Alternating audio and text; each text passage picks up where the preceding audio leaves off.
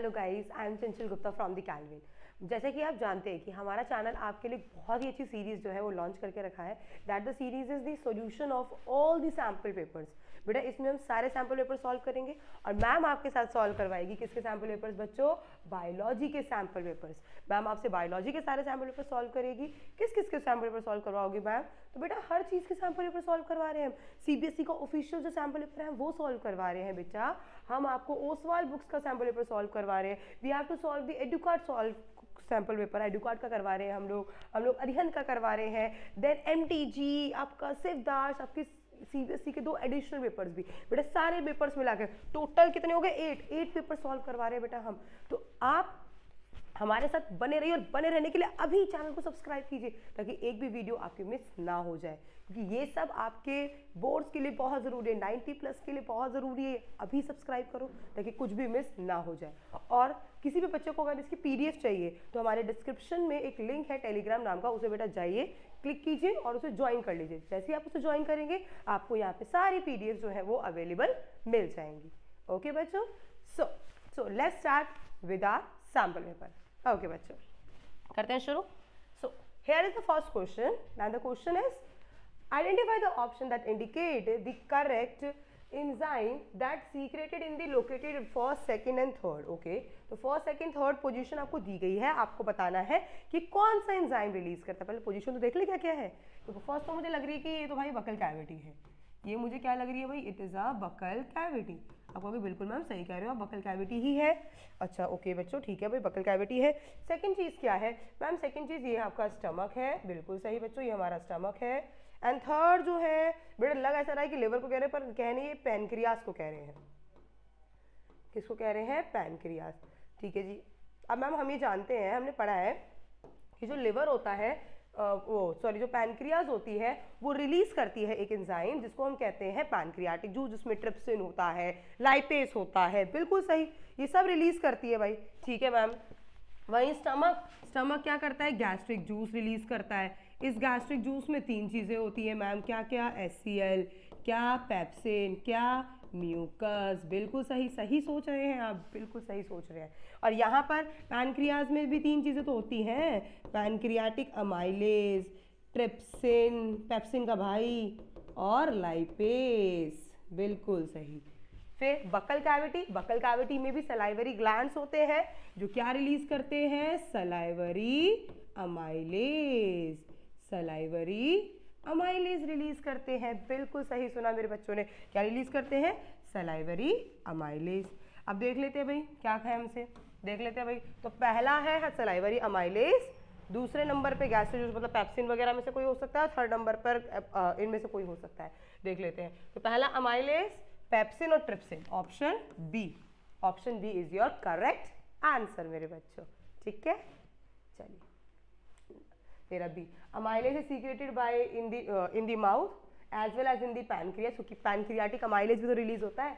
पर salivary gland in the mouth secrete करते हैं अमाइलेज, जो स्टार्च को किसमें कन्वर्ट करता है? शुगर को। पर बच्चे mark this point, this is partially breakdown, completely breakdown नहीं होता। कंप्लीटली ब्रेकडाउन कौन करेगा? पैनक्रियाटिक अमाइलेज करेगा। ठीक है। फिर पेप्सिन एक प्रोटीएज एंजाइम है, प्रोटीन पे वर्क करने वाला एंजाइम है, which is secreted by the stomach, जो स्टमक के द्वारा रिलीज किया जाता है। और वो प्रोटीन को ब्रेक डाउन करता है किसकी फॉर्म में? अमीनो एसिड की फॉर्म में। पर ये यहाँ नहीं, ये काम ट्रिप्सिन की हेल्प से पूरा होता है। किसकी हेल्प से पूरा होता है? ट्रिप्सिन। सिर्फ पेप्सिन इसे ब्रेक डाउन नहीं कर सकता, ध्यान रखना इस चीज को। ठीक है। फिर trypsin is a type of a proteases enzyme but it is secreted by the pancreas. It assist the breakdown of peptide bonds and the pancreatic activity. मतलब भाई अमीनो एसिड में बेटा पेप्टाइड बॉन्ड क्या होता है? जैसे मान लीजिए आपके पास 2 अमीनो एसिड है, 1 अमीनो एसिड, ये हो गया कोई दूसरा अमीनो एसिड, इन दोनों को ज्वाइन करके जो बॉन्ड बनता है ना उसे कहते हैं पेप्टाइड बॉन्ड। और इसी पेप्टाइड बॉन्ड की जब एक लॉन्ग चेन बनती है उसी को हम प्रोटीन कहते हैं। Got my point? चलिए आगे चलते हैं। Move to the next question, and the next question is the substance that trigger the fall of mature leaf and the fruit from the plants। मतलब ऐसा कौन सा सब्सटेंस है जो कि लीव्स का मैच्योर हो गई, भाई फ्रूट मैच्योर हो गया पता लगा देता है। तो इसका मतलब ये वो है जो कि ग्रोथ को रोकता है, मतलब ग्रोथ इनहिबिटिंग है। हमें क्या बताना है? हमें बताना है कि इनमें से कौन ग्रोथ इनहिबिटर है, कौन ग्रोथ इनहिबिटर है। अब मैम देख लेते हैं भाई कौन सा ग्रोथ इनहिबिटर है। तो हम जानते हैं कि ग्रोथ इनहिबिटर तो सिर्फ एक ही एंजाइम होता है, एब्सिसिक एसिड। बिल्कुल सही, क्योंकि ऑक्सिन क्या करता है, बेंडिंग ऑफ लीफ, मतलब ग्रोथ प्रमोटर। क्या करवाता है ये, बेंडिंग ऑफ स्टेम करवाता है ना सन की तरफ। आप कहोगे बिल्कुल मैम सही कह रहे हो आप, बेंडिंग ऑफ स्टेम करवाता है। गिबरेलिन और साइटोकिनिन क्या करवाती है, गिबरेलिन इलॉन्गेशन कराती है, और साइटोकिनिन साइटोकिनिन है भाई, तो साइटोप्लाज्म का डिवीजन कराएगा, मतलब डिवीजन ऑफ सेल। ठीक है बच्चे, चलिए देख लेते हैं answer. So here is the answer, abscisic acid form a layer of abscission that is responsible for the fall of leaves and the fruit from the plants। देखा बेटा, चलो next, the electrical impulse travel in a neuron. अब neuron की बात हो गई, मतलब nerve cell की बात हो रही है। तो नर्व सेल में जो सिग्नल है वो कैसे ट्रैवल करता है, तो एक नर्व सेल ड्रॉ कर लेते हैं। ऐसे होती है हमारे बच्चों की नर्व सेल, हमारे बच्चों की नहीं, सबकी नर्व सेल ऐसी होती है। ये हो गई नर्व एंडिंग। यहाँ पर कुछ सेल्स हम ड्रॉ करते हैं जिनका नाम हमें नहीं जानना, वैसे बता दूं माइलिन शीथ कहलाती है बेटा ये। और यहाँ पे ये होते हैं hair like structure that are known as dendrites, that are known as dendrites.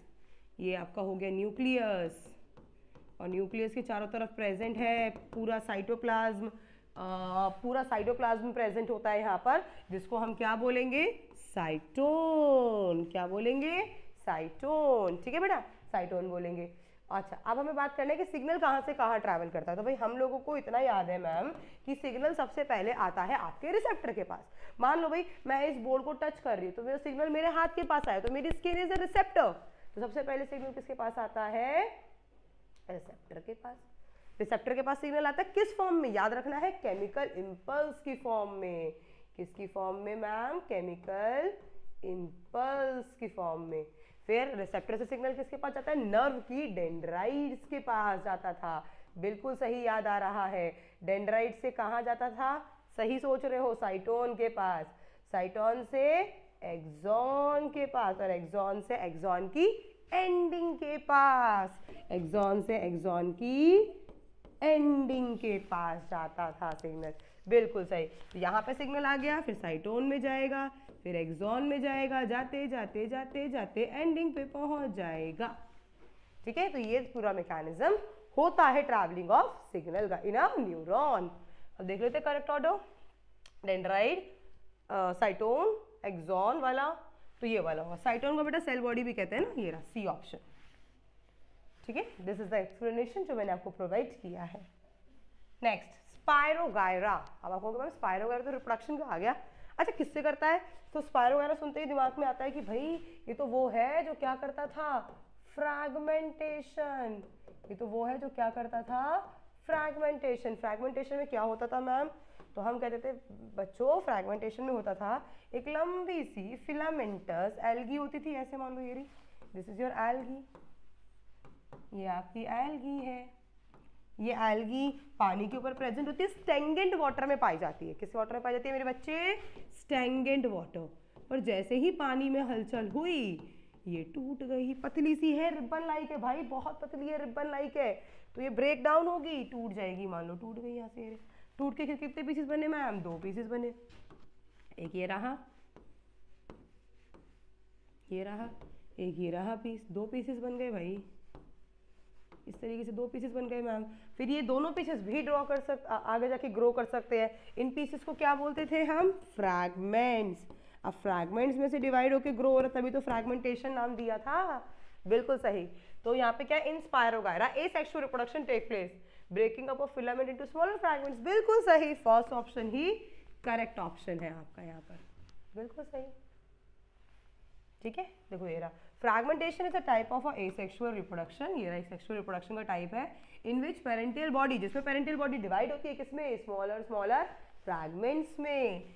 बिल्कुल सही। और डेवलप होती है किसमें, एक पर्टिकुलर इंडिविजुअल में। ठीक है बेटा, पर्टिकुलर इंडिविजुअल में डिवाइड हो जाती है।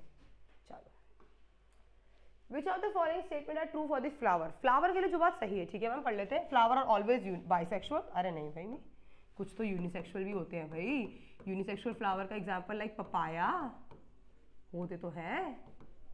फिर they are sexually reproductive organs, हाँ ये बात ठीक है मैम, ये ठीक लग रही है हमें। They are produce in all group of plant, क्या सभी ग्रुप में प्लांट आते हैं? वो फ्लावर आता है आपका।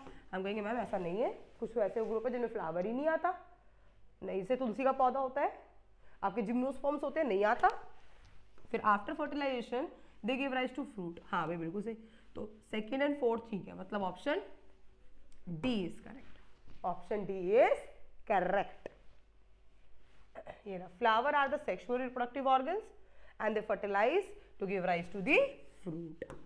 ठीक है बेटा, फर्टिलाइज होकर किसका फॉर्मेशन करते हैं? ये फ्रूट का फॉर्मेशन करते हैं। Moving to the next question. Okay, so बच्चों जैसे कि आपको पता है कि हमारा चैनल कैल्विन आपके लिए बहुत ही बेहतरीन सीरीज लेकर आ रहा है एंड वो सीरीज हमारी चली रही है आप लोगों के साथ। सीरीज में हम आपके साथ हर तरह का सैम्पल पेपर सॉल्व करवाएंगे, मैथ्स और साइंस का, जिसमें आपके साथ ऑफिशियल पेपर सॉल्व किया जा रहा है। किसका? सीबीएसई का, ओसवाल का, एडुकार्ट, अरिहंत हो गया, एमटीजी हो गया, शिवदास हो गए। इवन 2 और पेपर जो कि सीबीएसई ने एडिशनली लॉन्च कर रखा है, जो कोई सॉल्व नहीं कर रहा था, वो भी आपको सॉल्व करवा के दिया जा रहा है। तो अभी चांस मिस ना हो जाए, अभी चैनल को सब्सक्राइब करो ताकि ये सब चीज़ें आपको आसानी से मिल जाए। और अगर किसी को बच्चे को पीडीएफ चाहिए तो वो हमारे डिस्क्रिप्शन बॉक्स में जाएगा, वहाँ पर आपको टेलीग्राम का एक लिंक मिलेगा, क्लिक करके ज्वाइन कर लो और पीडीएफ ले लो। ठीक है, चलो इतने हम बढ़ते हैं आगे की ओर, गति करते हैं आगे की ओर। चलिए, what happen to the energy that leaves decomposers. अच्छा भाई, डिकम्पोजर्स तक जो एनर्जी छोड़ते हैं, डिकम्पोजर्स कौन होते हैं? आप कहोगे मैम डिकम्पोजर्स वो होते थे जो कि क्या करते थे? डिकम्पोजर वो होते हैं जो क्या करते हैं, जो डेड एंड डिकेनिंग मैटर को खा देते ना, जो फीड करते थे किसको? डेड एंड डिकेनिंग मैटर को। बिल्कुल सही मैम, जो डेड एंड डिकेनिंग मैटर को फीड करते हैं, हम उन्हीं को डिकम्पोजर्स कहते थे। अब डिकम्पोजर जो एनर्जी छोड़ेगा वो किस फॉर्म में छोड़ेगा भाई? हीट की फॉर्म में छोड़ेगा। ये मर गया, डाई कर गया, या इसने एनर्जी रिलीज की, ये एनर्जी रिलीज कर रहा है। किसकी फॉर्म में रिलीज कर रहा है मैम? हीट की फॉर्म में। और ये एनर्जी जा आ रही है यूनिवर्स में। यही तो हमने कभी एक लॉ पढ़ा था क्लास 9th में, यही तो एक लॉ था, कब? क्लास 9th का, जो कहता था कि law of conservation of energy नाम का भी एक लॉ होता है, जो कहता है एनर्जी ना तो खत्म होती ना बनती, सेम रहती है, कांस्टेंट रहती है। कंजर्वेशन ऑफ एनर्जी, बिल्कुल सही, बिल्कुल सही, बढ़िया। तो देख लेते हैं, तो पहले ऑप्शन लग रहा है मुझे, तो it is lost as in the form of heat. ठीक है बच्चा, the energy that leaves decompose open in the form of the waste product की फॉर्म में जो छोड़ते हैं, डाई कर जाते हैं, and heat, and it is ultimately back into the ecosystem and become available for the other organism। वो जो एनर्जी रिलीज हुई है हीट की फॉर्म में, वो अदर ऑर्गेनिज्म यूज कर लेते हैं भाई। Next question, assertion reason. तो बेटा देखो, बच्चों को बहुत दिक्कत होती है असर्शन रीजन करने में। देखो बेटा, असर्शन एक स्टेटमेंट होती है, रीजन भी एक स्टेटमेंट होती है। आप सबसे पहले असर्शन जब रीड करते हैं तो आप ये पढ़िए कि स्टेटमेंट करेक्ट है या इनकरेक्ट है। सिमिलरली रीजन को भी पढ़िए, करेक्ट है या इनकरेक्ट है। अगर दोनों करेक्ट है फिर देखिए कि क्या रीजन असर्शन को एक्सप्लेन कर रहा है। ठीक है, गॉट माय पॉइंट? चलो देखते हैं। पहला दिया हुआ है आपको असर्शन मेरे बच्चे, it is difficult to degrade non biodegradable waste. मतलब नॉन बायोडिग्रेडेबल वेस्ट को डिग्रेड करना, डिग्रेड मतलब होता है खत्म करना, डिकम्पोज करना। क्या करना? डिकम्पोज करना मुश्किल है। आप कहोगे बिल्कुल सही कह रहे हो आप, भाई सच में बहुत मुश्किल होता है, डिकम्पोज हो नहीं पाते आसानी से, इनकी एज काफ़ी लॉन्ग टाइम की होती है, डिकम्पोजिशन नहीं हो पाता। रीज़न है non biodegradable waste are cannot decompose by the microorganism. भाई दोनों बातें सही हैं और इसको एक्सप्लेन भी तो कर रही है। भाई वो डिग्रेड नहीं होते, क्यों? क्योंकि माइक्रो ऑर्गेनिज्म डिकम्पोज नहीं करते, सीधी बात तो बता रखी है आपको। इसका मतलब दोनों बातें भी ठीक है and it is a correct explanation also. So option क्या होना चाहिए? ए ऑप्शन यही कहता है कि both are the correct statement as well as R is the correct explanation of A. ठीक है, तो ये बात कही गई है, तो यहाँ पे ये चीज़ बिल्कुल ठीक है। अब देखते हैं नेक्स्ट क्वेश्चन की ओर। नेक्स्ट क्वेश्चन है हमारा यहाँ पर, okay, Hema bought some unripe tomatoes. Hema थोड़े से अनराइप टमाटोज लेकर आई है, ठीक है मैम, समझ गए इतनी बात हम। And left them in a brown paper bag, एक पेपर बैग में रख दिया, ओके ठीक है। And other half in a open tray, बाकी के किस में रख दिए? ओपन ट्रे में।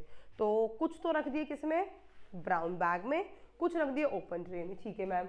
आफ्टर 2 डेज, 2 दिनों बाद देखती है क्या, टमाटो को जो पेपर बैग में है वो राइपन हो गए और जो ओपन ट्रे में था वो नहीं हुए। ऐसा क्यों मैम? कौन सा हार्मोन है? तो सबसे पहली बात भाई, कभी भी आपके राइपनिंग ऑफ फ्रूट के लिए हार्मोन आता था तो वो होता था हमारा कौन सा मैम? Ethylene hormone. और मैम हम ये जानते हैं कि ethylene is a gaseous hormone. कैसा हार्मोन है ये? गैसियस हार्मोन है।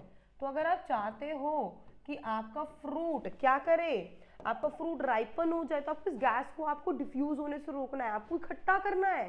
तो इसीलिए पेपर बैग की जरूरत पड़ती है, क्योंकि पेपर बैग में जो गैस है वो डिफ्यूज नहीं कर पाएगी। क्या मैम? पेपर बैग में जो गैस है वो डिफ्यूज नहीं कर पाएगी, डिफ्यूज नहीं कर पाएगी, और डिफ्यूज नहीं करेगी, डिफ्यूज नहीं करेगी तो क्या होगा?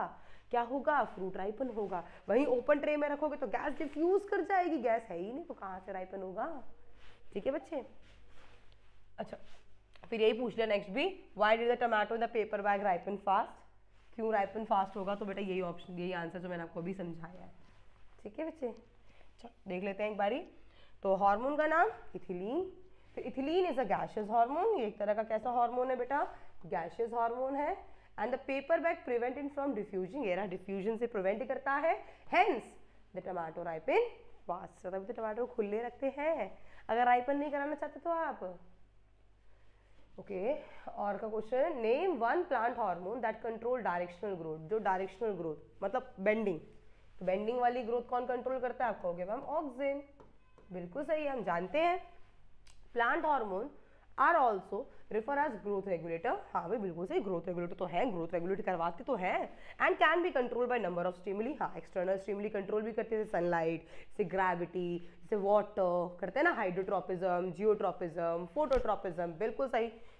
Mention one point of difference between a functioning of animal growth and plant growth with respect to such control. Difference लिखना है। तो बच्चे डिफरेंस सबसे बड़ा ये है कि जो एनिमल्स के हार्मोन्स होते हैं ना बेटा, जो एनिमल ग्रोथ हार्मोन होते हैं वो कभी भी एक्सटर्नल स्टिमुली के हिसाब से वर्क नहीं करते, कभी भी एक्सटर्नल स्टिमुली के हिसाब से रिस्पॉन्स नहीं करते। यहाँ पर इंटरनल फैक्टर, यहाँ पर सिर्फ और सिर्फ इंटरनल फैक्टर्स लाइक हार्मोन्स जो कि रिलीज कहाँ से किए जाते हैं? एंडोक्राइन ग्लैंड से, सिर्फ वही फैक्टर यहाँ पर लगता है।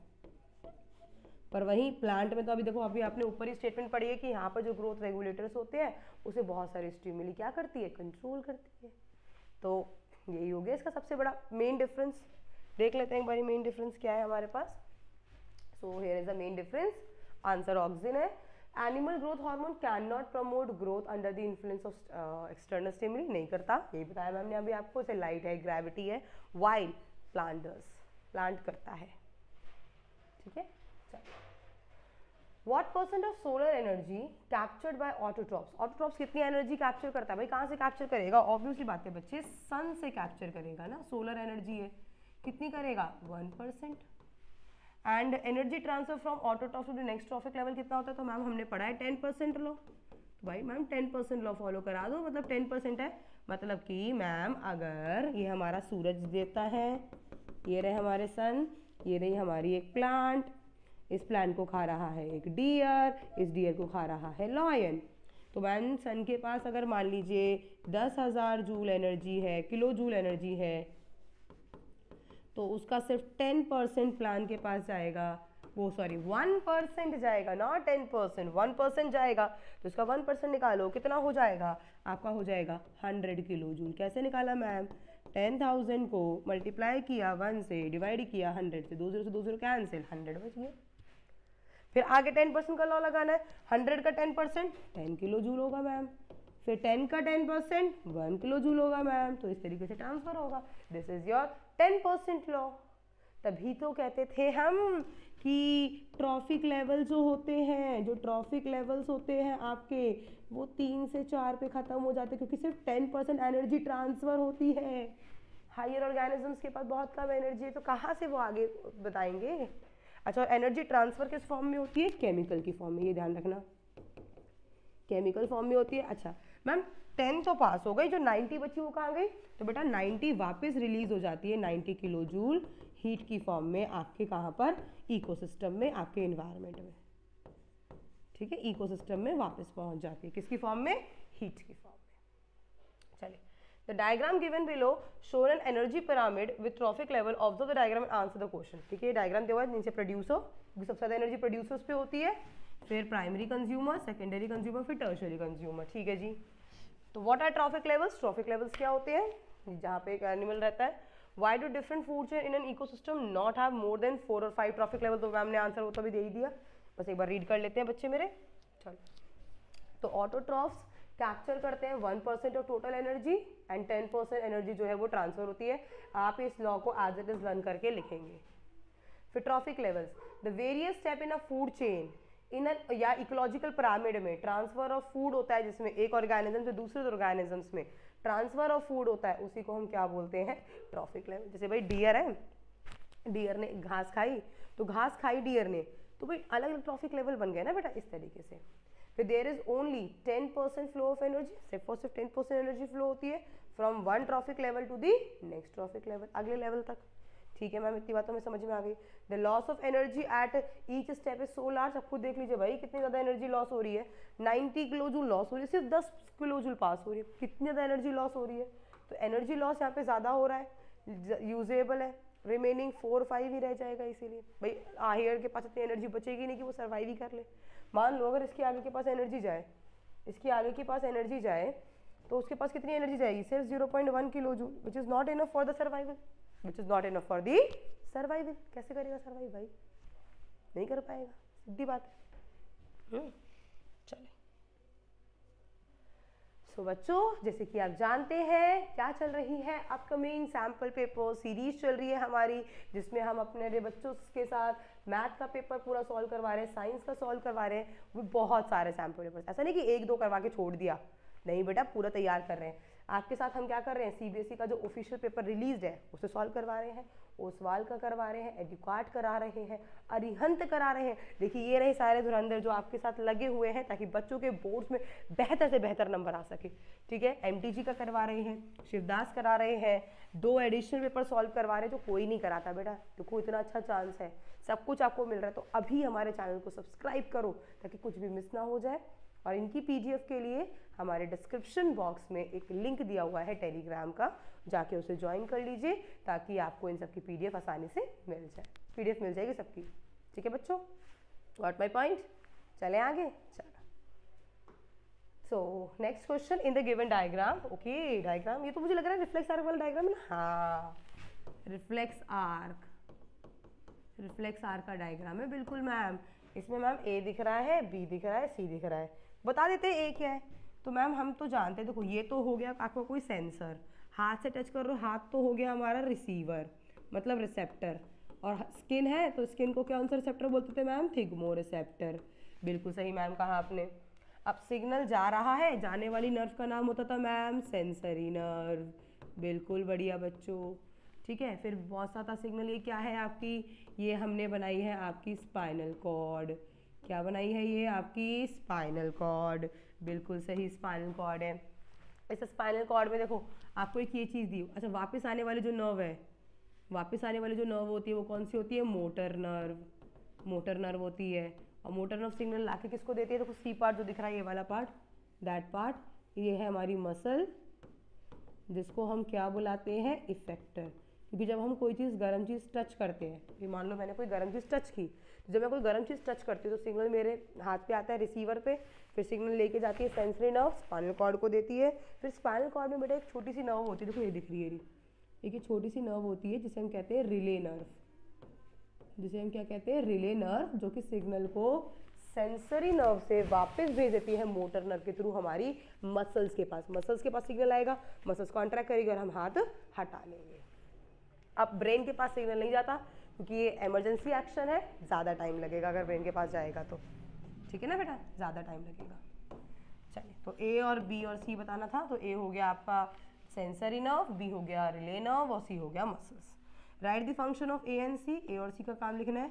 तो ए क्या है? हमारी सेंसरी नर्व, क्या करती है? सिग्नल कैरी करती है रिसेप्टर से और ट्रांसफर करती है स्पाइनल कॉर्ड को। सी क्या है? मसल है। मसल सिग्नल लेता है एंड उस पर इफेक्ट करता है। चलिए, फिर reflex are evolve in animals. सिर्फ एनिमल्स में क्यों आया?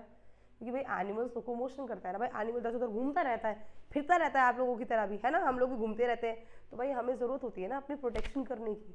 चलो देखते हैं कंप्लीट कैसे लिखा जाएगा। पहले तो सेंसरी न्यूरॉन, रिले न्यूरॉन और इफेक्टर, उसके ठीक है। Function of A, sensory neuron carry करती है impulse from the receptor, receptor से लेकर किसको देती है? सेंट्रल नर्वस सिस्टम के spinal cord. Function of C देख लो, and effector is a part of the body, effector एक बॉडी का पार्ट होता है जो रिस्पॉन्ड करता है स्टिमुलस के अकॉर्डिंगली, इंस्ट्रक्चर होता है, नर्वस सिस्टम से कनेक्टेड होता है। इफेक्टर आर मेनली मसल्स, ये मसल्स होती है, एंड ये कुछ क्या होते हैं? ग्लैंड्स। नहीं, ग्लैंड्स से हमें तो मसल्स की बात करनी है जो इफेक्ट करते हैं। फिर रिफ्लेक्स आर, हमने देखा था ना एनिमल्स में क्यों इवॉल्व हुआ भाई?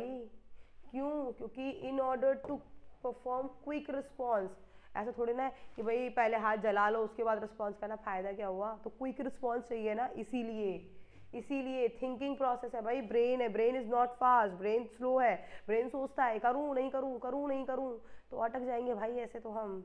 इसीलिए हमारे में क्या ज़रूरी है? रिफ्लेक्स एक्शन ज़रूरी है, ताकि क्विक रिस्पॉन्स हो सके, अच्छे से काम हो सके और जल्दी फटाफट काम हो सके, ठीक है ना। हाँ, चलिए next, name the plant. Okay, Mendel use for the experiment. तो मेंडल ने कौन सा प्लांट यूज़ किया था? आप कहोगे ma'am pisum sativum pea plant, pisum sativum, जिसका नाम क्या होता है? पी प्लांट, ठीक है ma'am. What type of progeny was obtained Mendel in F1 and F2 generation when cross a tall and short? तो tall और short को क्रॉस कर लेते हैं। तो सबसे पहले लेते हैं पेरेंट जनरेशन। तो पेरेंट जनरेशन में हमारे पास क्या है? एक टॉल है और एक डॉर्फ है। टॉल का जीनोटाइप क्या होगा? हम मान के चलते हैं प्योर टॉल और प्योर डॉर्फ है, तो कैपिटल टी, इसका हो जाएगा स्मॉल टी जीनोटाइप। अब आपको पता है गैमेट बनते हैं, हमने पढ़ रखा है मैम, गैमेट बनते हैं हमेशा सेक्सुअल रिप्रोडक्शन में। गैमेट बनेंगे तो इसका एक गैमेट हो सकता है टी, इसका भी एक हो सकता है टी, इसका हो सकता है स्मॉल टी और इसका हो सकता है स्मॉल टी। गैमेट बन गए, अब हमें क्या करनी है? क्रॉसिंग। हो सकता है ये वाला गैमेट इसके साथ क्रॉस कर जाए, अगर इसके साथ क्रॉस करेगा तो क्या आएगा? Capital T small T. हो सकता है ये वाला इसके साथ क्रॉस कर जाए तो क्या आएगा? Capital T small T. हो सकता है ये वाला इसके साथ क्रॉस कर जाए तो कैपिटल टी स्मॉल टी, ऐसे ही आता था आपको कि बिल्कुल। हो सकता है ये वाला इसके साथ क्रॉस कर जाए तो कैपिटल टी स्मॉल टी। 4 तरह के प्लांट आ गए, this is your F1 generation. और जो F1 जनरेशन में प्लांट्स आए हैं कैपिटल टी स्मॉल टी, सबका जीनोटाइप सेम है, और हम जानते हैं कि टॉल डोमिनेंट है। हेट्रो, इसका मतलब सारे के सारे क्या आएंगे? ऑल आर टॉल, सारे टॉल आएंगे। फिर अब हमें F2 का भी पूछे थे भाई, F2 का भी बता देते हैं।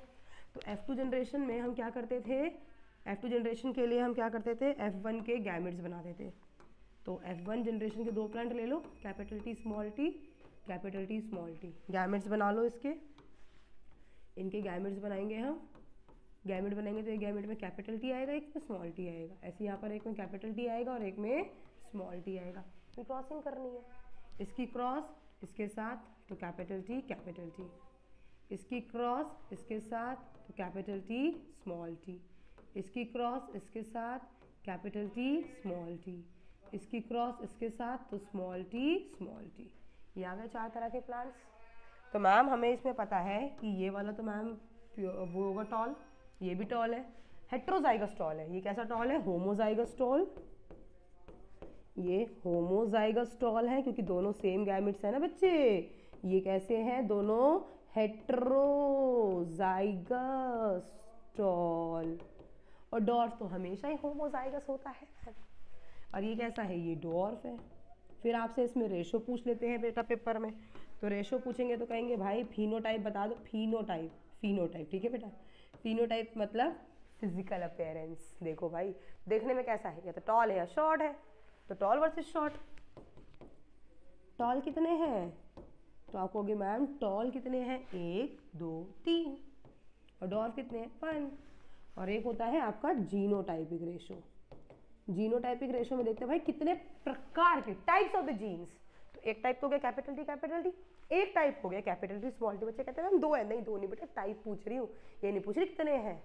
तीसरा स्मॉल टी तो capital T ratio, capital T small T ratio. तो कैपिटल टी कितने हैं? 1।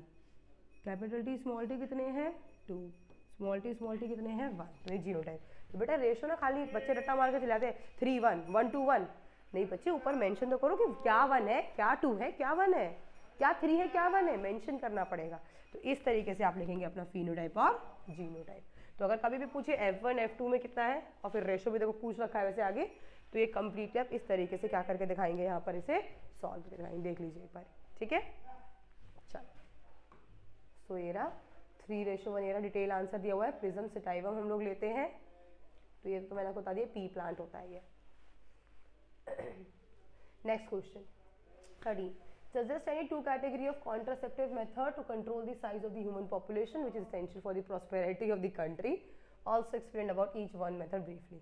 तो कोई 2 कैटेगरी, कोई 2 मेथड बताने कॉन्ट्रासेप्शन के। तो एक सबसे पहला मेथड है हमारा बच्चे फिजिकल मेथड, जिसमें यूज़ ऑफ कॉन्डम्स आता है, जिसे हम फिजिकल बैरियर भी कहते हैं। फिजिकल मेथड ये सबसे बेस्ट मेथड होता है बेटा। इसमें क्या आता है, use of condoms and diaphragms, use of condoms and diaphragms. Condoms और डायफ्राम यूज़ होता है। Condoms is use for the male word और ये होता है बेटा फीमेल। बेटा ये मेल और फीमेल का सिंबल होता है, ठीक है। ये रहा, ठीक है ma'am, condoms and diaphragm use करते हैं। ये बेस्ट मेथड है। क्यों मैम? देखो एक तो सबसे पहली बात बेस्ट मेथड क्यों है मैम, देखो एक तो यूज़ एंड थ्रो मेथड है, साइड इफ़ेक्ट्स नहीं है इसके, साइड इफ़ेक्ट नहीं है। 1 टाइम यूज़ मेथड है, 1 टाइम यूज्ड मेथड है। और तीसरी चीज़ बात ये है कि मैम ये जो मेथड है ना, ये बर्थ तो कंट्रोल करता है, साथ में सेक्सुअली ट्रांसमिटेड डिजीज भी प्रिवेंट कर देता है।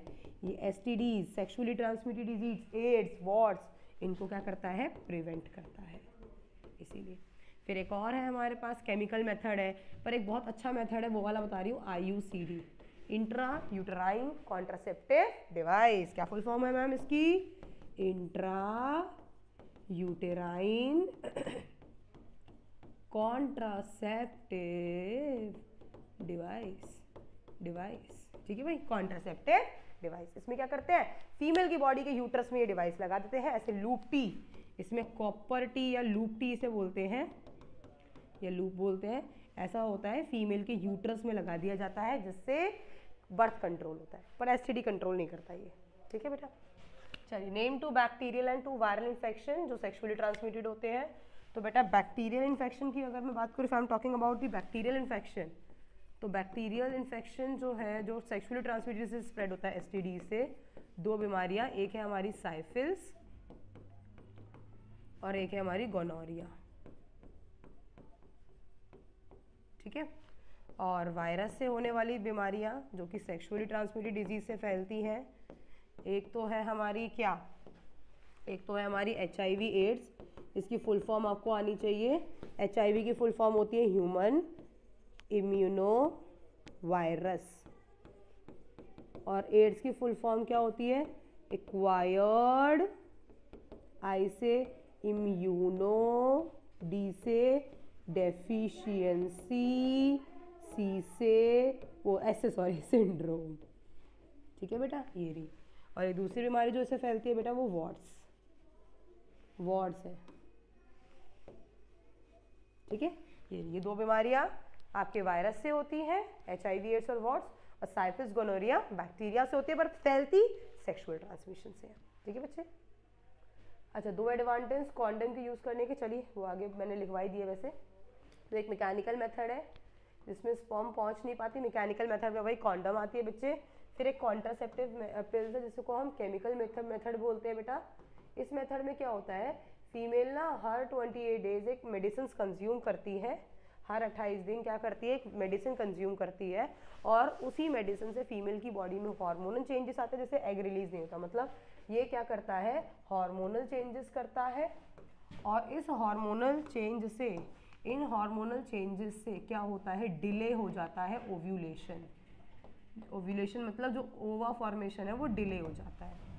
फिर कॉन्ट्रासेप्टिव डिवाइस जो यूज़ किया जाता है फीमेल के यूट्रस में, बता दिया बेटा मैंने आपको, IUCD डिवाइस होता है वो। और सर्जिकल मेथड जिसको परमानेंट मेथड भी कहते हैं, ये आपका परमानेंट मेथड है, क्योंकि इसके बाद फीमेल और वो मेल जब ये करवा लेते हैं, नसबंदी से हम कहते हैं, इसके बाद वो कभी माँ या बाप नहीं बन सकते। इसमें ब्लॉकिंग या कटिंग होती है। वेस्ट डिफेंस, अगर मान लो मेल की वेस्ट डिफेंस को कट किया गया है, वेस्ट डिफेंस होती है मेल में, मेल की वेस्ट डिफेंस को कट किया है तो क्या कहते थे, वैसेक्टॉमी। क्या कहते थे, वैसेक्टॉमी। और फीमेल के केस में क्या होती है, फेलोपियन ट्यूब। अगर फेलोपियन ट्यूब को कट किया गया है जो फीमेल्स में होती है तो उसे क्या बोलते हैं, ट्यूबेक्टॉमी। ट्यूबेक्टॉमी, ठीक है। फिर वो दो वायरल इन्फेक्शन, गोनोरिया, साइफिलिस, और ये वाला तो मैंने आपको बता ही दिए। अच्छा, फिर ये है कि कॉन्डम, क्या था थर्ड क्वेश्चन में, देख लूँ, यही था ना, डू एडवांटेज कॉन्डम यूज़ करने के। तो एक तो ये अनवांटेड प्रेगनेंसी प्रिवेंट करता है, मतलब भाई बर्थ कंट्रोल कर लेता है भाई, ठीक है मैम। और ये रहा एसटीडी इन्फेक्शन को प्रिवेंट करता है, ये सबसे मेन चीज़ है। और कोई ऐसा मेथड नहीं है जो कि एसटीडी को कंट्रोल कर सके सिवाय कॉन्डम के, ठीक है बेटा। चलिए नेक्स्ट क्वेश्चन की तरफ बढ़े। चलिए, right the function of the following part in human female. Function लिखना है। ओवरी क्या करती है, ओवा रिलीज करती है मैम। ओवरी क्या करती है, ओवरी क्या करती है, तो ये करती है ओवा रिलीज, ओवा रिलीज करती है। और फीमेल हार्मोन्स का फॉर्मेशन करती है। कौन कौन से फीमेल हार्मोन्स होते हैं, एक तो प्रोगेस्टेरॉन और एक एस्ट्रोजन, जो फीमेल के अंदर फीमेलनेस लेकर आता है, ठीक है बच्चा, ठीक है मेरे बच्चे।